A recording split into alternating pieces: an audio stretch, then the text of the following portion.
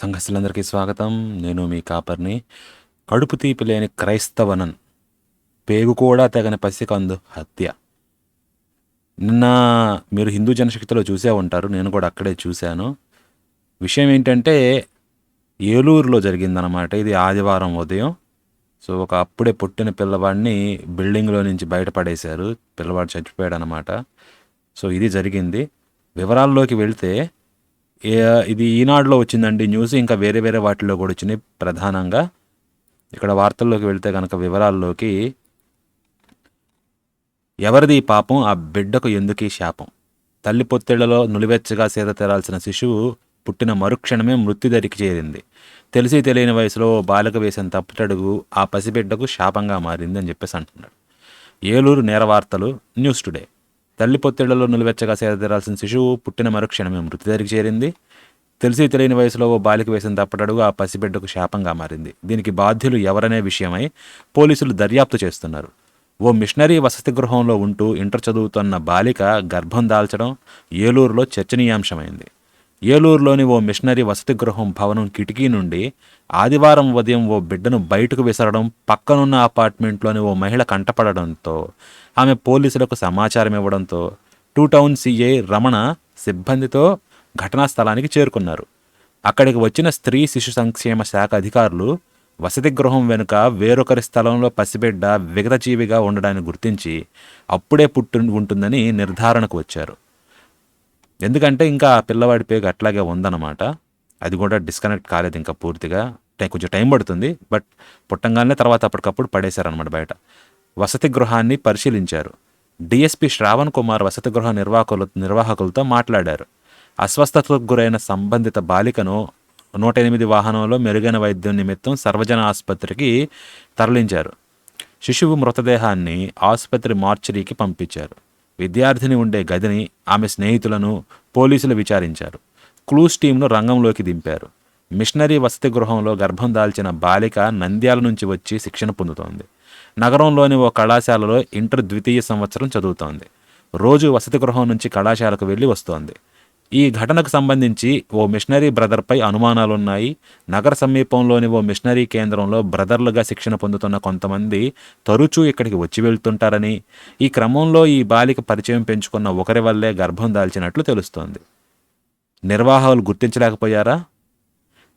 వసతి గృహంలో ఉంటున్న బాలిక గర్భం దాల్చి ప్రసవించే వరకు నిర్వాహకులు గుర్తించలేకపోయారా? అక్కడ పర్యవేక్షణ కరువైందా అని పలువురు ప్రశ్నిస్తున్నారు. ఈ విషయమై డిఎస్పి శ్రావణ్ కుమార్ మాట్లాడుతూ, వసతి గృహం వెనుక ఖాళీ స్థలంలో మగ శిశువు కాదు, ఆడ శిశువు మృతదేహం ఉందని సమాచారం రావడంతో పరిశీలించామని తెలిపారు. దర్యాప్తులో భాగంగా వసతి గృహాన్ని కూడా పరిశీలించామని, విచారణ చేపట్టామన్నారు. కేసు నమోదు చేసి దర్యాప్తు చేస్తున్నామన్నారు. ఆరోపణలు ఎదుర్కొంటున్న బ్రదర్ను పోలీసులు అదుపులోకి తీసుకున్నట్లు తెలిసింది. ఇది విషయం అండి. ఇంకా వేరే దాంట్లోకి వెళ్తే మీకు ఫోటో కూడా ఉంటుందన్నమాట. ఇది అరైజ్ భారత్లో, దీని లింకులు మీకు కింద డిస్క్రిప్షన్లో ఇచ్చాను. Scandal inside church, nun in training affair with trainee father link to infants death at saint Joseph convent hospital. So ఏలూరులోని సెయింట్ జోసెఫ్ కాన్వెంట్ అనమాట, ఇక్కడ మీరు చూడవచ్చు. సో ఈ హాస్టల్లో ఉంటున్నారనమాట. నన్ ఇన్ ట్రైనింగ్ అంటే ట్రైనింగ్ పొందుతుంది అనమాట. నన్నని ఏం ఎఫ్ఐఆర్ పెట్టుకుంది, అలాగే ట్రైనింగ్ పొందుతున్న ఇంకో ఫాదర్ లేకపోతే బ్రదర్ అని కూడా అంటున్నారు, ఫాదర్ కాకుండా. సో బయట వింటూ ఉంటారు కదా, ఫాదర్ మేక్ మీ మదర్ అని చెప్పి, ఇక్కడ బ్రదర్ మేక్ మీ మదర్ లెక్కనమాట. ఇది కామన్ అండి ఇక్కడ ఈ విషయాల్లో. So a tragic and shocking incident has come to the light at the saint Joseph convent hospital run under the diocese of Eluru diocese కింద నడుస్తుందండి ఇది. సో పెద్ద ఎక్కడంటే ఏలూరులోనే, దాని కింద సబ్ ఆఫ్ బ్రాంచ్ అనుకోండి, ఇది చిన్నది ఫెసిలిటీ. సో ఇక్కడ చాలా క్వశ్చన్స్ తలెత్తుతున్నాయి. అప్పుడే పుట్టిన పసికందుని ఈ నంద్యాల నుంచి వచ్చిన ఒక అమ్మాయి ఇంటర్ సెకండ్ ఇయర్ చదువుతుందన్నమాట. ఆమె అప్పుడు ఎఫ్ఐఆర్ పెట్టుకుంది. అఫ్ కోర్స్ 9 months క్రితమే ఆమె ప్రెగ్నెంట్ అయ్యింది. తర్వాత సండే మార్నింగ్, ఆదివారం ఉదయాన్నే పక్కన ఉన్న అపార్ట్మెంట్లో ఆమె ఈ పిల్లవాడిని బయటకు, అంటే ఆడ శిశువుని కిటికీలో నుంచి బయటపడేయడం చూసి పోలీసులకు కంప్లైంట్ ఇస్తే వచ్చేసరికల్లా కూడా ఆ శిశువు చచ్చిపోయి ఉంది. ఇందాక చూసినట్లుగానే కేసు నమోదు చేశారు. తర్వాత డెలివరీ ఇచ్చిన తర్వాత పూర్ హెల్త్లో ఉండేసరికి ఈ అమ్మాయిని కూడా హాస్పిటల్కి ట్రాన్స్ఫర్ చేశారనమాట తీసుకువెళ్ళి. తర్వాత ఎవడైతే ఈడున్నాడో యదవా వాడిని అరెస్ట్ చేయడం జరిగింది అన్నారు. అంతకన్నా ఇంకా ఎక్కువ వార్తలు అయితే బయటికి రాలేదు. అయితే సో ఇది రకరకాలుగా మీరు ఆలోచించవచ్చు. ఒకటి, క్రైస్తవంలో ఇవి కామనా కాదా అంటే, ఇది మిగతా వాటిల కన్నా కూడా రిమార్కబ్లీ చాలా ఎక్కువండి క్రైస్తవంలో. ఈ నన్స్ తోటి గానివ్వండి, ఇంకా చర్చ్‌లో గానివ్వండి, ఇది చాలా ఎక్కువ జరుగుతా ఉంటవి ఇలాంటివి. ఎందుకంటే అక్కడికి వెళ్ళేటోళ్ళు చాలా వర్నరబుల్‌గా ఉంటారు ఒకటి. అంతేకాకుండా నన్స్ అయితే ఇంకా వాళ్ళ ఫ్యామిలీ నుంచి దూరంగా వచ్చేసి ట్రైనింగ్ తీసుకుంటా ఉంటారు. సో, ఇలా గైడెన్స్ నెపంతో అందరూ ఒక చోట గుమిగూడతారు కాబట్టి, వాళ్ళని మ్యానిపులేట్ చేయడము, వాళ్ళని వలలో వేసుకోవడం గానీ, ఇదంతా కొంచెం తేలికనమాట మిగతా చోట్ల కన్నా గూడా. పైగా మనం అనుకున్నట్లు ఈ బ్రదర్‌లు గానీ, ఫాదర్‌లు గానీ పరిశుద్ధులేం గాదు. వాళ్ళు మనుషులే. సో, బయట జనరల్‌గా మిగతా ఆర్గనైజేషన్స్‌తో పోలిస్తే చర్చ్‌లో మాత్రం చాలా చాలా ఎక్కువే ఉంటాయనమాట. ఈ అక్రమ సంబంధాలు గానీ, ఇట్లాంటి ప్రెగ్నెన్సీస్ గానీ ఇవన్నీ గూడా. నార్మల్‌గా ప్రెగ్నెన్సీ వచ్చిందనుకోండి, నన్ గనక ప్రెగ్నెంట్ అయితే జనరల్‌గా వాళ్ళని ఎక్స్‌కమ్యూనికేట్ చెయ్యరు గానీ, అంటే ఎక్స్‌కమ్యూనికేట్ అంటే కంప్లీట్‌గా చర్చ్‌లోంచి తీసేయరు గానీ, వాళ్ళ కాన్వెంట్‌ని వదిలేయాల్సుంటుంది. ఇంకా లైసైజేషన్ అంటారనమాట. దాన్ని చేస్తారు. అంటే ఏంటంటే, వీళ్ళు ప్రమాణ స్వీకారం చేస్తారు కదా! ఈ నన్ గాని ఇట్లా అయ్యేటప్పుడు, మేము ఇలా ఉంటాం అని చెప్పేసి, యేసు ప్రభువుకే మా జీవితం అంకితం అని చెప్పేసి ఇట్లాంటి ప్రమాణాలు చేస్తారు వాళ్ళు. వాటి నుంచి వీళ్ళకి విడుదల కల్పిస్తారనమాట. సో, వీళ్ళకి నన్‌గా ఉండలేరు. వీళ్ళు బయట మామూలు మనిషిలా బతకాల్సుంటుంది. ఇంకా పుట్టిన పిల్లవాడు ఎవరైతే ఉంటారో ఆ బిడ్డను పెంచాల్సి ఉంటుందన్నమాట ఇలాగా. ఇది నన్స్ వరకు ఉంటుంది. కానీ జనరల్‌గా వస్తే ప్రీస్ట్‌లకి మాత్రం డిఫరెంట్‌గా ఉంటుందన్నమాట. నన్ గనక ఇలాంటి పని జరిగినప్పుడు మామూలు నన్ కాకుండా అయిపోతుంది. మామూలు మనిషి అవుతుంది. కానీ ప్రీస్ట్ మాత్రం అధికారాన్ని కోల్పోతాడు. బట్ ప్రీస్ట్‌గానే ఉంటాడు. సో, డిఫరెన్స్ ఏంటంటే ఈమె నన్‌గా ఉండదు. కానీ ప్రీస్ట్ అధికారం లేని ప్రీస్ట్ అనుకోండి ఒక రకంగా. ఆయన వోస్ గాని ఇవన్నీ వాటి నుంచి పక్కన పెడతారు. బట్ ఆయనకి ప్రీస్ట్‌హుడ్ అనేది పోదు. అలా ఉంటుంది. సో, ఈ క్యాథలిసిజంకొస్తే ఇలా ఉంటుందనమాట. ప్రొటెస్టెంట్‌లో అది వేరే విషయం లేండి. అది ఇట్లా ఉండదు. అది డిఫరెంట్ అనమాట కంప్లీట్‌గా. బట్ ఈ ప్రెగ్నెన్సీస్ గానీ ఇవన్నీ కామన్‌గా మనకి క్యాథలిక్ సొసైటీలో కనిపిస్తా ఉంటాయి. ఎందుకంటే ఒక పెద్ద కాంగ్రిగేషన్‌గా ఇట్లా ట్రైనింగ్ గానీ ఇలా తీసుకుంటా నన్స్ గానీ ఇదంతా చేసేది వీళ్ళు కాబట్టి. ప్రొటెస్టెంటుల్లో లేవా అంటే అటు ఉన్నాయి. వాళ్ళు కాంగ్రిగేషన్స్ పెడతారు. వాళ్ళు చేస్తా ఉంటారు. మనం చూస్తానే ఉన్నాం గదా! బయట రకరకాలుగా. అంతెందుకు మన ప్రొటెస్టెంటుల్లోనే పిల్లవాడిని కూడా వదలలేదనమాట. మా ఒక పాస్టరు. మనకిక్కడ ఏలూరే అనుకుంటా జరిగింది. అప్పుడు మన జాంబీ గూడా వెళ్ళి వ్యవహారం బయటకు రాకుండా సర్దేయాలని జెప్పేసి చూసాడనమాట. అప్పుడు వీడియో గూడా ఆన్‌లైన్‌లో చాలా మందికొచ్చింది. మాట్లాడేదేంటని జెప్పేసి. 9 ఏళ్ల పిల్లవాడిని ఓ ఫాదర్ రేప్ జేశాడనమాట. ఫాదర్ అనడం కరెక్ట్ గాదు. చర్చ్ పాస్టర్ రేప్ జేశాడు. సో, ఇట్లా జరుగుతా ఉన్నాయనమాట కామన్‌గా. సో, విషయం ఏదైనప్పటికి గూడా ఇక్కడ ఈ అమ్మాయి ఇంటర్ సెకండ్ ఇయర్ చదువుతుంది అంటే 17 ఏళ్ళు ఉంటాయండి. 18 కూడా ఉండే అవకాశం ఉంది. జనరల్‌గా 15 ఇయర్స్‌కి 10థ్ క్లాస్ ఉంటారు. సో, 16 వచ్చేసరికల్లా ఇంటర్ ఫస్ట్ ఇయర్‌కి వచ్చేస్తారనమాట. తర్వాత 17 అయిపోయేసరికల్లా ఇంటర్ సెకండ్ ఇయర్‌లో ఉంటారు. 1 ఇయర్ అటు ఇటు అయిందనుకున్న 16 కన్నా కూడా 17 ఇయర్స్ లేకపోతే 18 ఇయర్స్ ఉండే అవకాశం ఉంది. ఇంటర్ సెకండ్ ఇయర్ చదివే పిల్లలకి. అమ్మాయిలు గానివ్వండి, అబ్బాయిలు గానివ్వండి. సో, వాళ్ళు క్వైట్ మెచ్యూర్ అనమాట. ఇప్పుడున్న ఎడ్యుకేషన్ పరంగా గానీ ఇదంతా తీసుకుంటే. సో, బాడీ అనేది ఇప్పుడు 16 ఇయర్స్‌కే మ్యారేజ్ చేసుకొని పిల్లల్ని కనేవాళ్ళు ఉన్నారు. అలాగే ఇంకొంచెం ఆగేటి వాళ్ళు ఉన్నారు. రకరకాలున్నారు గానీ, అంటే too much out of the norm ఏం కాదనమాట ఇక్కడ. 18 ఇయర్స్‌కి ప్రెగ్నెంట్ అయ్యి డెలివరీ ఇవ్వడం అనేది. బట్ ఇప్పుడేందంటే కొంచెం బాగా వెనక్కి వెళ్ళింది కాబట్టి ఏజ్ కొంచెం ఎర్లీ అనిపిస్తుందనమాట 18 అనేది. బట్ మీరు ఒక 50 ఏళ్ల క్రితం కానీ ఇదంతా గమనించుకుంటే 18 ఇయర్స్ ప్రెగ్నెంట్ డెలివరీ అనేది అంత అన్‌ఇమాజినబుల్ ఏం కాదనమాట. 16 ఇయర్స్ కూడా ఇప్పుడు కంటున్నారు. అది వేరే విషయం. 16, 15 సో, ఎక్సెప్షన్స్ ఉంటానే ఉంటాయనమాట. బట్ ఇక్కడేంటంటే ఇట్లా అయినప్పుడు ఇక్కడ డౌట్స్ కూడా ఏమొస్తున్నాయి అంటే ఒక హాస్టల్‌లో జరిగిందనమాట డెలివరీ. రూమ్‌లో ఉన్న వాళ్ళ ఇన్వాల్వ్‌మెంట్ ఉందా? వాళ్ళు గూడా హెల్ప్ చేశారా ఈ విషయంలో? మరి పుట్టిన తర్వాత ఆ పాపని పడేసిందెందుకు? అడాప్షన్‌కి ఇవ్వచ్చు, బయట రిపోర్ట్ చేయొచ్చు, రకరకాలుగా చేయొచ్చు. బట్ ఏంటంటే అప్పుడే పుట్టిన పాపని అలా పడేసిందనమాట కంప్లీట్‌గా ఈ అమ్మాయి. మరి అంత తెలియనితనంగా ఉందా? చిన్నప్పటి నుంచి ఇట్లా బైబిల్ తీసుకొని చదువుతా ఉంటారు గదా! కరుణ అది ఇది అని జెప్పేసి. ఏమైపోయింది? మరి అమ్మాయిని పూర్తిగా బ్లేమ్ జేయాలా? మరి వీడి సంగతేంటి? వీడికి గూడా తెలిసే ఉండాలి గదా! ఎవడైతే ఈ కారణమో వాడికి గూడా చెప్పే ఉండాలి. రెస్పాన్సిబిలిటీ ఏమన్నా వదిలేసాడా? నాకు సంబంధం లేదు నువ్వే జూసుకో, చంపేయి అలా ఇలా జెప్పాడా? ఇయన్నీ గూడా తర్వాత ఇన్వెస్టిగేషన్ జరిగితే బయటకొస్తాయండి. ప్రస్తుతానికైతే తెలీదు. బట్ అయితే ఇక్కడేందంటే కంప్లీట్‌గా నిర్దయగా అట్లా పుట్టిన పిల్లవాడిని జనరల్‌గా మనం గమనిస్తా ఉంటాం బయట. అనాథాశ్రమాల దగ్గర లేకపోతే ఇంకెక్కడన్నా జనాలు తిరిగే చోట్ల రకరకాలుగా పుట్టిన పిల్లల్ని వదిలేసి వెళ్ళిపోతూ ఉంటారు అనమాట. హాస్పిటల్స్ దగ్గర కానివ్వండి ఇట్లా. సో వాళ్ళ ఫ్యామిలీ కండిషన్స్ కానివ్వండి, లేకపోతే సొసైటీలో వాళ్ళ పేరు గురించి కానివ్వండి, రకరకాలుగా ఆలోచించి వదిలేసి వెళ్ళిపోతూ ఉంటారు. రైట్. కొంతమంది దరిద్రమైన పరిస్థితుల్లో కుప్పతొట్టులో పడేసి వెళ్ళిపోతూ ఉంటారు అనమాట. ఇది కూడా ఒకప్పుడు జరిగినాయి, జరగలేదని కాదు. కానీ ఇలా పుట్టిన వాడిని బిల్డింగ్లోంచి పడేసి చంపేయడం, లేకపోతే అట్లా ఇంత దారుణంగా చంపేయడం అనేది ఎప్పుడో ఏ దశాబ్దానికి ఒకసారో ఎప్పుడుకో ఒకసారి వస్తూ ఉంటుంది అనమాట ఇట్లాంటి ఉన్మాదం అనేది. బట్ ఇక్కడ ఇది జరిగింది. ఆలోచిస్తానండి, ఈ అమ్మాయి కూడా అంటే ఇంకా మనకు న్యూస్ తెలియదు కానీ కొంచెం క్వైట్ అన్బిలీవబుల్ అనిపిస్తుంది అనమాట. ఎందుకంటే ఇంత దారుణం ఎట్లా చేయగలుగుతారా అని చెప్పేసి. జనరల్గా మదర్హుడ్ అనేది అన్నిటికన్నా ఆ బాండ్ అనేది స్ట్రాంగెస్ట్గా ఉండేది ఆ బర్త్ మూమెంట్ అప్పుడేనమాట. అది మీరు హార్మోనల్ పరంగా అనుకోండి, ఎమోషనల్ పరంగా అనుకోండి, ఏదన్నా కూడా స్ట్రాంగెస్ట్ అనేది ఆ టైంలో ఉంటుంది. రిఫరెన్స్ అనడం కరెక్ట్ కాదు కానీ జస్ట్ వర్క్ ఎగ్జాంపుల్స్గా చెప్పాలి అనుకుంటే మూవీస్ గురించి చెప్పొచ్చు అనమాట. అందుట్లో కొన్ని సీన్స్ ఉంటాయి, ఇది ఎట్లా ఉంటుందని. నేను ఒకటి చూసిన దాంట్లో ఏంటంటే బాగా ఈ మూమెంట్కి సెట్ అయ్యేది, సిమిలర్గా దగ్గరగా ఉండేది ఒక సందర్భం ఉంది. దాని గురించి చెప్తాను. యాక్చువల్గా ఈ వీడియో నిన్న రావాల్సింది సోమవారం, బట్ కాపీరైట్లు పడ్డాయి అనమాట. ఆ సీన్ ఆ బిట్లు పెడితే మాఫ్ చేసి పెట్టాను, అయినా వేసారు. అందుకని చెప్పేసి స్నిప్స్ తీసుకొని వాటి వరకు చూపిస్తున్నా. ఇది all of us are dead అనే టీవీ సిరీస్ అండి, కొరియన్ టీవీ సిరీస్ అనమాట. దాంట్లో ఉంటుంది ఇది. సో విషయం ఏంటంటే ఇది జోంబీలకు సంబంధించిన మూవీ అనమాట. మీకు తెలిసిందే కదా జోంబీలు అంటే. సో ఇది వేరియస్ ఎపిసోడ్స్ మీద స్పాన్ అవుతుంది. ఈమెనమాట క్యారెక్టరు, ప్రెగ్నెంట్ ఈమె. స్కూల్కి వెళ్తూ ఉంటుంది, ఎవ్వరికి తెలియదు ఏం ప్రెగ్నెన్సీ గురించి. ఎదురుగా కడుపు మీద కనిపించకుండా బ్యాగ్ పెట్టుకొని, ముందు ఒక బ్యాగ్ వెనకాల ఒక బ్యాగ్ పెట్టుకొని తిరుగుతూ ఉంటుందన్నమాట. ఎవరికి తెలీదు. ఇది జరుగుతుందా అంటే ఎస్, పాసిబుల్ అండి. తాను ప్రెగ్నెంట్ అయ్యానని తెలియని వాళ్ళు కూడా ఉన్నారనమాట కొంతమంది, చాలా లేట్ అయ్యేంత వరకు. సో వాళ్ళు మిగతాది గమనించలేదని కానివ్వండి, ఇట్లా మేము ప్రెగ్నెంట్ అయ్యామని కూడా తెలియకుండా కడుపులో ఏదో నొప్పిగా ఉందని హాస్పిటల్లో జాయిన్ అయితే నువ్వు ప్రెగ్నెంట్ అమ్మా అని చెప్పేసి చెప్పడం, ఇట్లాంటివి బయటకు రావడం ఇదంతా ఉంటుంది. సో అందరికీ ఆబ్వియస్గా కనిపించదు అనమాట. సో ఫీటస్ పెరిగేదాన్ని బట్టి కానివ్వండి, బాడీ టైప్ని బట్టి కానివ్వండి, వాళ్ళు ఎంత లావుగా ఉన్నారనే దాన్ని బట్టి కానివ్వండి, సో టెల్ సైన్స్ అనేవి క్లియర్ కట్గా కనిపించవన్నమాట. వాళ్ళు కప్పిపుచ్చుకుందాం అనుకుంటే అసలుకే దొరకవు. సో ఈ అమ్మాయి కేసు ఏంటంటే ఇదనమాట.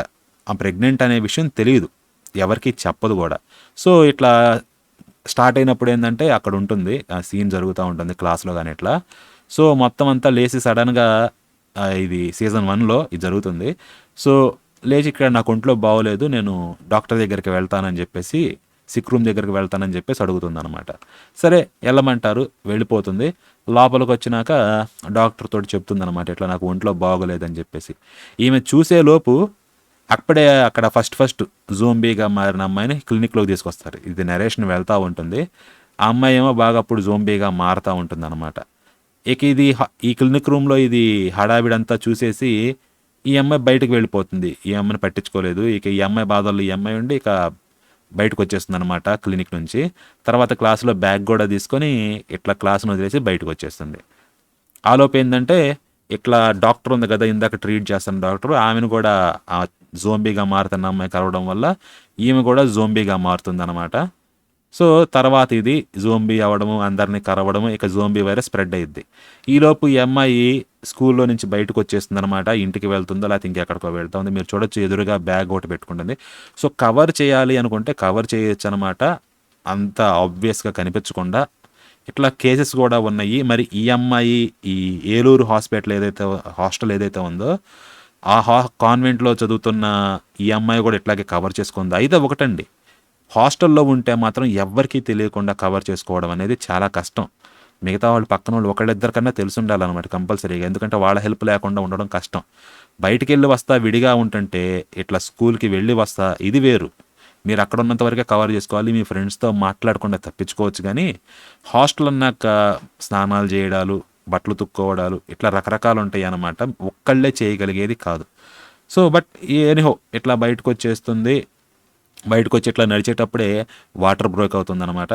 సో బ్రేక్ అయిన తర్వాత ఇంకా హడావిడిగా పరిగెత్తి ఎక్కడైనా బయట ఉంటాయి కదా టాయిలెట్స్, కమోడ్స్లోకి వెళ్ళేసి అక్కడే డెలివరీ చేస్తుంది అనమాట.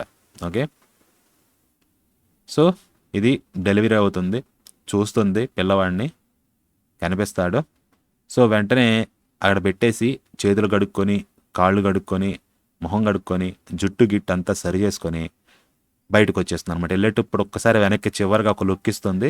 పిల్లవాడిని వదిలేసి బయటకొచ్చేస్తుంది. బయటకు రాగానే ఎదురుగా కూడా ఇది పార్క్ కదా, పార్క్ లోపల ఉంటుందన్నమాట ఈ కమ్యూనల్స్ అనేవి. సో ఇక్కడ బయట వేరే వాళ్ళ తల్లిదండ్రులు కానీ వాళ్ళ పిల్లలతో ఆడుకోవడం ఇదంతా కనిపిస్తుంది. ఒకసారి ఆలోచిస్తుంది అనమాట, ఏంటని చెప్పి అటువైపు అంతా తేరి పారా చూసి ఓకే అని చెప్పేసి ఇక ఇక వెనక్కి వెళ్ళదు, అట్లాగే వదిలేసి వెళ్ళిపోతుంది. బట్ ఈ సీన్ ఏంటంటే వదిలేసినా కానీ ఈ టాయిలెట్స్లోకి ఎవరో ఒకళ్ళు వస్తూ ఉంటారు, పిల్లవాడిని చూస్తారు కాబట్టి వేరే వాళ్ళు పికప్ చేసుకుంటారు. సో రెస్పాన్సిబిలిటీని వాష్ చేసి పడేసింది అనమాట, చంపేలా. బట్ ఓకే, సో ఇట్లా అయితే బయటకు వచ్చినప్పుడు ఏంటంటే ఇట్లా రోడ్డు మీద నిలబడ్డప్పుడు ఇట్లా నుంచున్నప్పుడు అవతల ఏదో తెరల కారు వస్తుంది కదా, అది వేరే రోడ్లో వెళ్ళేది పోలీస్ కారు.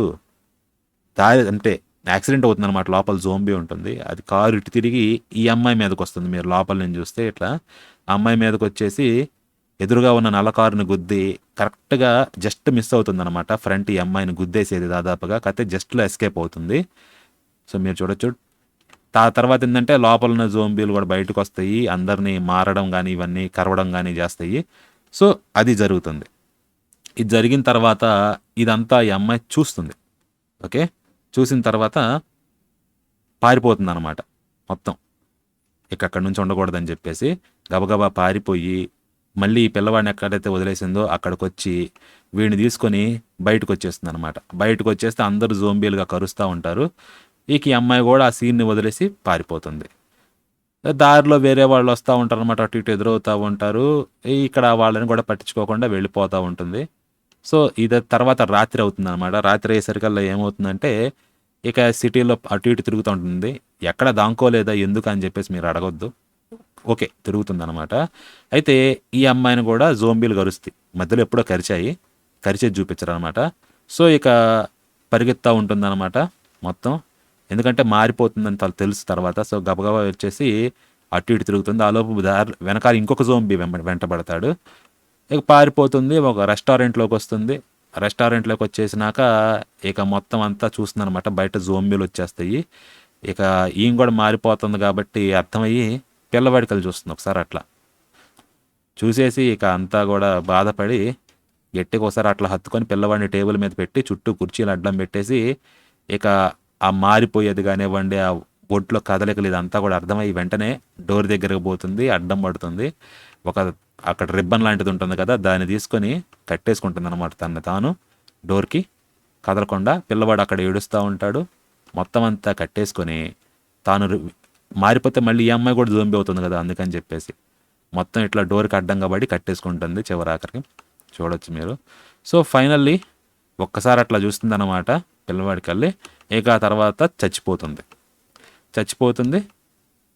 జోంబీగా మారుతుంది ఫైనల్లీ. ఇదంతా పక్కన జోంబీలు ఉంటారు, లోపల ఈ అమ్మాయి కూడా జోంబీ అవుతుంది. సో ఒకటేంటంటే ఇంత అవుతున్నప్పుడు కూడా చివరాఖరి దాకా కూడా ఇందాక వదిలేయాలనుకున్న అమ్మాయి తర్వాత ఇట్లా ఇంత కష్టపడి కూడా అంత పెయిన్లో కూడా పిల్లవాడిని కాపాడేసి అప్పుడు జోంబీగా మారుతుంది అనమాట. మిగతా సినిమాలు కానీ టీవీ సిరీస్లు కానీ ఏదన్నా కానీ డిటర్మినేషన్ గురించి, విల్ పవర్ గురించి బాగా చూపించింది ఈ సీరియల్లో ఇదొకటి అనమాట. ఇంకా వేరే ఉన్నాయి కానీ సో ఆ మదర్లీ లవ్ అంటారు కదా, దాన్ని పర్ఫెక్ట్గా బాగా ఎక్స్ప్రెస్ చేసింది ఈ సీను.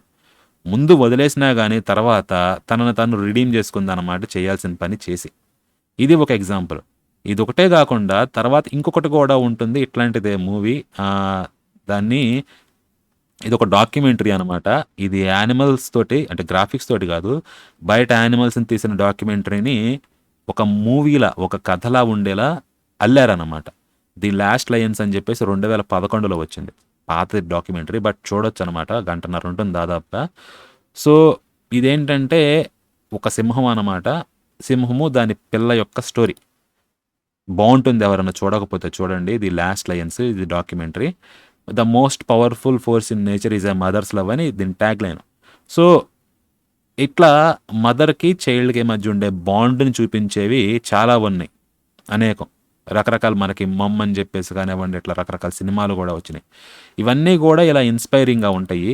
బట్ మనం ఆలోచించాలన్నమాట, ఇన్స్పైరింగ్గా ఉండే ఇట్లాంటి సందర్భాల్లో బయట ఈ టైప్ ఆఫ్ జరుగుతుంది ఏంటి అని చెప్పేసి ఇది మనం ఆలోచించాలి. ఇది కేవలం క్రైస్తవంలోనే ఉందా అంటే లేదు, వేరే వేరే చోట్ల కూడా ఉంది. కంటారు, కన్న తర్వాత వదిలిచ్చేసుకుంటారు, పట్టించుకోకుండా పడేస్తారు. ఇదంతా మనం చూస్తూనే ఉన్నాం వేరే వేరే రకరకాలుగా. మనకి ఇక్కడే కాదు, అయితే బయట అనొచ్చు అనమాట, ఏమి ఇక్కడైనా అప్పట్లో కుంతి చేసింది అదే కదా అంటే, కుంతి చేసింది వేరు. కుంతీదేవి సూర్యుడికి అప్పగించింది అనమాట. సూర్యుడు చెప్తాడు, నువ్వు గంగా నదిలో వదిలిపెట్టు, నేను కాపాడుతానని చెప్పేసి. సో సూర్యుడు కాపాడతాడని హామీ ఇచ్చిన తర్వాత ఏం వదిలేస్తుంది, ముందుగా కదనమాట, నిర్లక్ష్యంగా వదిలేదు. అలాగే భారతంలో ఇంకొక ఆమె కూడా ఉంటుంది, శకుంతలాదేవి. శకుంతలాదేవి అది ఆమె లవరు మోసం చేసినా కానీ పిల్లవాడు పుట్టినప్పుడు చంపేదనమాట. పిల్లవాడిని బాగా పెంచుతుంది, పెంచిన తర్వాత తీసుకొచ్చి అప్పగిస్తుంది అనమాట తండ్రికి. At the same time Gangadevi కూడా ముందు 7గురిని చంపేస్తుంది, తర్వాత 8వ వాడిని చంపేయకని చెప్పేసి శంతనువుడు ఆపినప్పుడు, నువ్వు ఆపావు, నేను ఏది చేసినా నన్ను క్వశ్చన్ చేయనన్నావు, నేను వీళ్ళ మంచి కోసమే చేస్తుంది, వీళ్ళ 7గురు కూడా మేము పుట్టంగానే మమ్మల్ని చంపే మేము ఇక్కడ ఉండలేమని చెప్పేసి అన్నారు, 8వ వాడు మాత్రం ఇక్కడ గడపాల్సి ఉంది, అయినా కానీ నువ్వు నన్ను ఆపావు కాబట్టి ఇక్కడ నీతోటి ఉండను, నేను వెళ్ళిపోతాను, కానీ పిల్లవాడు మనకి పుట్టాడు కాబట్టి పిల్లవాడిని పెంచి పెద్ద చేసి ప్రయోజకుడిని చేసి నీకు అప్పచెప్తానని చెప్పేసి పిల్లవాడిని తీసుకెళ్ళిపోతుంది అనమాట. శంతన మహారాజు కొడుకుని, శాంతనువుడు అంటారు ఆయన్నే, ఆయన పేరే భీష్ముడు. మొన్నే చదివాం మనం మహాభారతం గురించి చూసేటప్పుడు. సో తర్వాత పెద్ద అవుతాడు, తర్వాత పరశురాముడి దగ్గర వీళ్ళందరి దగ్గర కూడా శిక్షణ ఇప్పించి తీసుకొస్తుంది అనమాట, పిల్లవాడిని రాజుకు అప్పగిస్తుంది. సో రెస్పాన్సిబిలిటీస్ అనేవి రకరకాలుగా ఉన్నాయి. బైబిల్లో కూడా మనకి రాజుల గ్రంథంలోకి వెళ్తే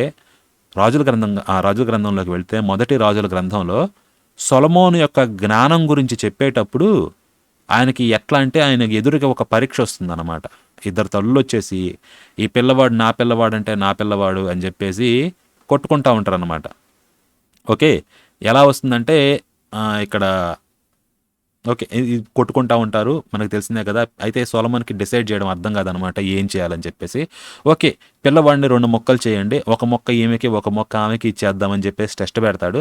టెస్ట్ పెట్టినప్పుడు అసలు ఫేక్ మదర్ ఎవరైతే ఉన్నారో నటిస్తుంది, వద్దు నటిస్తున్నామేమో, ఓకే అలాగే చేసేసేయండి, పిల్లవాడిని 2 మొక్కలు చేసేయండి అంటుంది. బట్ అసలు తల్లి ఎవరైతే ఉన్నారో ఆమె వద్దు, మొక్కలు చేయొద్దు, నాకు దక్కకపోయినా పర్లేదు, పిల్లవాడు బతికే ఉంటాడు కదా అని చెప్పేసి ఇట్లా చెప్తుంది అనమాట. సొలొమోన్కి అర్థమవుతుంది ఎవరు అసలైన తల్లి అని చెప్పేసి, ఎందుకంటే ఆ పేగు తీపి అంటారు కదా ఉంది కాబట్టి అసలైన తల్లి ఎవరో కనిపెట్టి ఆ తల్లికే ఇచ్చేస్తారనమాట, ఫేక్ తల్లికి కాకుండా. ఓకే, సో సొలొమోను జ్ఞానం బయటపడేది ఈ వృత్తాంతంలో. అక్కడ కూడా మీరు చూడొచ్చు ఎవరు ట్రూ మదర్ అనేది ఎలా డిటర్మైన్ చేశారు. ఆ పిల్లవాడి పట్ల అటాచ్మెంట్ ఎవరికైతే ఉందో వాళ్ళకి ఎలా చూశారనమాట. మీరు అనాలనుకుంటే ఇంకొక సందర్భం కూడా ఉంటుంది ఇదే రాజుల గ్రంథంలో. తర్వాత యెహోవా చెప్తాడనమాట, నేను మీకు కరువు కాటకాలు వీటిని సృష్టిస్తానని చెప్పేసి. ఎంతలాగంటే ఆ పావురపు రెట్ట కూడా చాలా ఎక్కువ రూపాయలకు అమ్ముడుపోతుంది. అంతేకాదు మీలో తల్లి కానీ వీళ్ళందరూ కూడా తమ పిల్లల్ని తామే తింటారని చెప్పేసి. ఇది యాక్చువల్గా జరుగుతుంది, ఇది 2 రాజుల గ్రంథంలో ఉంటుంది అనమాట, 6వ అధ్యాయంలో. సో అక్కడ ఏంటంటే రాజు, ఇక్కడ మొదటి రాజుల గ్రంథంలో సొలొమోను ఉంటాడు, 2 రాజుల గ్రంథంలో వేరే రాజు అనమాట. ఆయన చుట్టుముట్టబడి ఉంటుంది యెరూషలేం అంతా. ఈయన కోట నగర గోడలు ఉంటాయి కదా బయట, సో వాటి మీద నడుస్తూ ఉంటారు, ప్రాకారం మీద నడుస్తున్నప్పుడు ఓ రాజా అని చెప్పేసి పిలుస్తారనమాట లేడీస్. చూస్తే 2 ఉంటారు తల్లు. వాళ్ళ వాదన ఏంటి, మాకు చెరో పిల్లవాడు ఉన్నాడు, అయితే బాగా కరువు ఉండేసరికి, అంటే చుట్టూ యెరూషలేంని ముట్టడి వేస్తారు కాబట్టి కరువు ఉంటుంది.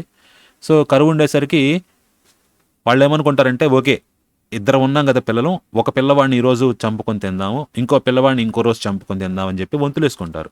సో మొదట ఒక పిల్లవాడిని చంపేస్తారనమాట, 2 తల్లులు కూడా కలిపి. సో తినేస్తారు చంపేసిన తర్వాత. రెండోసారి 2వ పిల్లాడిని చంపాల్సిన టైం వచ్చినప్పుడు తల్లి ఒప్పుకోదు. అంటే ఒకటి పిల్లోడు అయిపోయాడు అనమాట, కానీ తన పిల్లవాడిని చంపడానికి మాత్రం తల్లి ఒప్పుకోదు. సో ఇట్లా జరిగినప్పుడు రాజు అక్కడ బట్టలు చింపుకుంటాడు అనమాట సిగ్గుతోటి, అంటే ఇంత కరువు వచ్చింది కదా ఇదా అని చెప్పేసి. సో ఇన్ని రకాల సందర్భాలు ఉన్నాయి బైబిల్లో. ఇటు తల్లి ప్రేమను చూపించేది, దాని విలువను దాన్ని ఉన్నతంగా చూపించే ఈ సందర్భం ఉంది. బట్ ఇంకొక సందర్భం తీసుకుంటే ఇలాంటి తల్లులే పిల్లల్ని పీక్కుతిన్న సందర్భాలు ఉన్నాయి అన్నమాట. సో ఇలా ఉంటుంది రకరకాలుగా. మీరు మంచి చూడాలన్నా కానీ చెడు చూడాలన్నా కానీ ఇండివిజువల్ మెరిట్ మీద చూస్తే బాగుంటుంది. కాకపోతే ఇక్కడ నేను ఇదంతా చెప్పాను కదా, ఈ అమ్మాయిని తప్పు పట్టాలంటే 18 ఏళ్ళు దాదాపుగా ఉన్నాయి కాబట్టి తప్పు పట్టొచ్చు.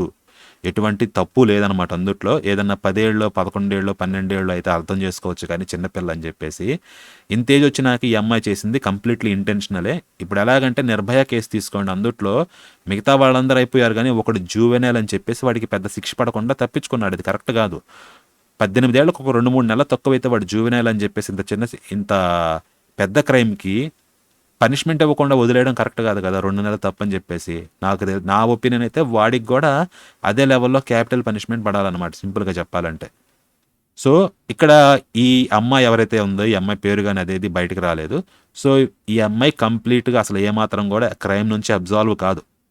ఈ అమ్మాయిని మించి వాడెవడైతే ఉన్నాడో వాడు అబ్జాల్వ్ కాదు. నాకు అనిపిస్తుంది ఏంటంటే వాడికి తెలిసే ఉంటుంది, వాడికి తెలియకుండా అయితే ఇది జరిగే అవకాశం లేదన్నమాట. ఎందుకంటే ఇప్పుడున్న కమ్యూనికేషన్లో కానీ ఇదంతా సమస్య లేదు. సో వాడేదైనా రెస్పాన్సిబిలిటీ తీసుకుంటే పరిస్థితి ఇక్కడ దాకా వచ్చుండేది కాబోలు అంటే కాకపోవచ్చు అనమాట, ఇక్కడ దాకా రాకపోవచ్చు. సో ఎనీహౌ ఇద్దరు రెస్పాన్సిబుల్. ఇందుట్లో ఎవరైతే ఫ్రెండ్స్ కానీ ఎవరైతే ఇన్వాల్వ్ అయ్యారో వాళ్ళు కూడా ఈ కోల్డ్ బ్లడెడ్ మర్డర్లో రెస్పాన్సిబుల్ అండి. ఇన్ఫాంట్ మర్డర్ అనేది ఇంత చిన్న విషయం కాదనమాట. పైగా మరి బిల్డింగ్ మీద నుంచి పడేసింది అవతల బయట. దారిలో వెళ్ళే కుక్కలు కానీ అవి పీక్కు తినాలనా? అది. సో ఇదంతా అయిపోయిందండి. అయితే బయట ఈ మధ్య రకరకాలుగా వార్తలు వస్తాయి. ఏంటంటే సాక్ష్యాలు కానీ ఇవన్నీ చెప్తా, మా వాళ్ళు పరిశుద్ధులు, మేము ఇందుట్లోకి వచ్చాక పరిశుద్ధమైపోయాం, శుద్ధత అంటే ఏంటో ఇందుట్లోనే ఉంది, బైబుల్ నేర్పుతుంది శుద్ధత, అది ఇది అంటారు కదా. అంత సీన్ లేదండి. మీరు ఇట్లా నన్ ప్రెగ్నెన్సీస్ కానీ వీటి గురించి చూస్తే ప్రెగ్నెంట్ నన్ అని చెప్పేసి, ఇన్నోసెంట్స్ అని చెప్పేసి రకరకాల సినిమాలు ఉన్నాయి అన్నమాట, ఒకటి కాదు. సో కొన్ని చోట్ల ఏంటంటే ఇట్లా నన్స్ రేపులకు గురయ్యి ప్రెగ్నెంట్ లైన్ సందర్భాలు చాలా ఉన్నాయి. చాలా చోట్ల వాళ్ళు ఇల్లిసిట్ అఫైర్స్ పెట్టుకుని అయినవి ఉన్నాయి అనమాట. ఒకటని లేదు, ఇది ఇందుట్లో క్వైట్ కామన్ అనమాట. సో ఎవరన్నా వచ్చి మా వాళ్ళు పరిశుద్ధులు, ఇందుట్లో ఒక రంగాలను ఉత్తములైపోతారు, శుద్ధపూసలైపోతారు, పత్తిత్తులైపోతారంటే అసలు నమ్మద్దు. మిగతా వాళ్ళ ముందు పాయింట్ చేసేటప్పుడు మన గొర్రెలు వాళ్ళ సైడ్ కూడా చూసుకుంటే మంచిదన్నమాట. ఇది క్యాథలిక్సా లేకపోతే ప్రొటెస్టెంట్లా లేకపోతే ఇదని కాదు, అన్నిటిలో ఉన్నాయి. మిగతా మతాలతోటి పోలిస్తే క్రైస్తవంలోనే ఇంకా చాలా ఉన్నాయి అన్నమాట. నాకు తెలిసినంత వరకు అంతే, క్రైస్తవమే పీక్ అనమాట వీటిల్లో బాగా, ఈ అఫైర్స్ కానీ వీటికి సంబంధించి. సో అదండి ఎనీహౌ క్రైస్తవంలో ఉన్న అది కూడా నన్గా ట్రైనింగ్ తీసుకుంటున్నామే. ఇది దయ, కరుణ వీటన్నిటి గురించి మాట్లాడే నన్లు అనమాట. ట్రైనింగ్లో ఉన్నప్పుడే ఇంత పాతకానికి ఒడిగట్టింది. సో తల్లి ప్రేమ ఉంటుందా, కరువైపోతుందా? ఇది క్రైస్తవంలో పాపమా లేకపోతే ఇప్పుడున్న సంఘము ఈ రోజుల్లో పాపమా అని చెప్పేసి ఎవరికి వాళ్ళే నిర్ణయించుకోవాలి. అది నన్నైనంత మాత్రాన కడుపు తీపి ఉండాల్సిన అవసరం లేదనమాట. సో అదండి వీడియో, సాడ్ వీడియో, బట్ ఇదే రియాలిటీ అనమాట. ఎక్కడికి వెళ్ళినా కూడా వీడియో నచ్చితే లైక్ చేయండి, షేర్ చేయండి, ఛానల్ ఇంకా సబ్స్క్రైబ్ చేయకపోతే సబ్స్క్రైబ్ చేయండి. మళ్ళీ ఈరోజు భారతం లాస్ట్ వాల్యూమ్ ఉంది, తర్వాత వస్తుందన్నమాట. రాత్రి 9కి కానీ 9:30కి కానీ వచ్చేసేయండి ఎవరన్నా చదవాలనుకున్న వాళ్ళు. ఎవరన్నా తర్వాత చూస్తుంటే ఈ వీడియోని బాలల మహాభారతం అని చెప్పేసి చేస్తున్నాము, పుస్తకాలు తెప్పించుకొని చదవాలనుకున్న వాళ్ళు మీ పిల్లల చేత చదివించండి. మోరల్ వాల్యూస్ అనేవి కానీ మంచి చెడులు కానీ తెలుస్తాయి. నిన్నే అయిపోయింది కాబట్టి నేను చూసిన దాన్ని బట్టి ఏంటంటే కర్ణుడితోటి మాట్లాడేది కానీ కుంతిదేవి వీళ్ళు మాట్లాడుతుంది అనమాట. ఇట్లా నేను నీ తల్లినంటే కర్ణుడు తిరస్కరిస్తాడనమాట. నువ్వు తల్లివి కూడా కాదు, నువ్వు మనిషివి కూడా కాదు, పిల్లవాడిని అట్లా వదిలేసావు, ఎట్లా వదిలేయగలిగావు అని చెప్పేసి బాగా చివాట్లు పెడతాడు కుంతిదేవికి. సో ఆమె చేసిన తప్పుకి ఆమె అనుభవించింది ఉంటుందన్నమాట. ఇట్లా భారతంలో ఒకటి అర్థమయ్యేది ఏంటంటే వైట్ అండ్ బ్లాక్ కాదు, గ్రే అనమాట. ఇక్కడ ఏరియాస్ అన్నీ కూడా కొంతమందిలో వైట్ ఉంటుంది, కొంత బ్లాక్ ఉంటుంది, మిక్చర్ అయినాక అందరూ కూడా గ్రేగా ఉంటారు అని చెప్పేసి వరల్డ్లో రియాలిటీని చూపిస్తుంది అనమాట. మీరు అనుకున్నట్టు కట్టా కొట్టే తెచ్చా అన్నట్టు ఉండదని చెప్పేసి. సో ఎవరన్నా పిల్లలకు కూడా అది నేర్పడానికి మంచి అవకాశం ఈ పుస్తకాలు, కొనుక్కొని చదవండి. లేదా మీరన్నా చెప్పాలనుకుంటే మీరు ఆ లైవ్ చూసినా కానీ మీరే మీ పిల్లలకి డైరెక్ట్గా చెప్పచ్చు. నా ఒపీనియన్ ఏంటంటే మిగతా బయట వేరే కథలు కాకుండా జర్మన్ టేల్స్ కానివ్వండి లేకపోతే వెస్ట్రన్ టేల్స్ కానివ్వండి, వీటికన్నా కూడా మనవి నేర్పిస్తేనే మంచిది అని చెప్పి నా ఒపీనియన్ అనమాట. అది anyhow like, share and subscribe. మళ్ళీ ఇంకొక వీడియోలో కలుసుకుందాం. అప్పటి వరకు ఉంటాను. మరలా తదుపరి మీ కాపరి. స్వస్తి.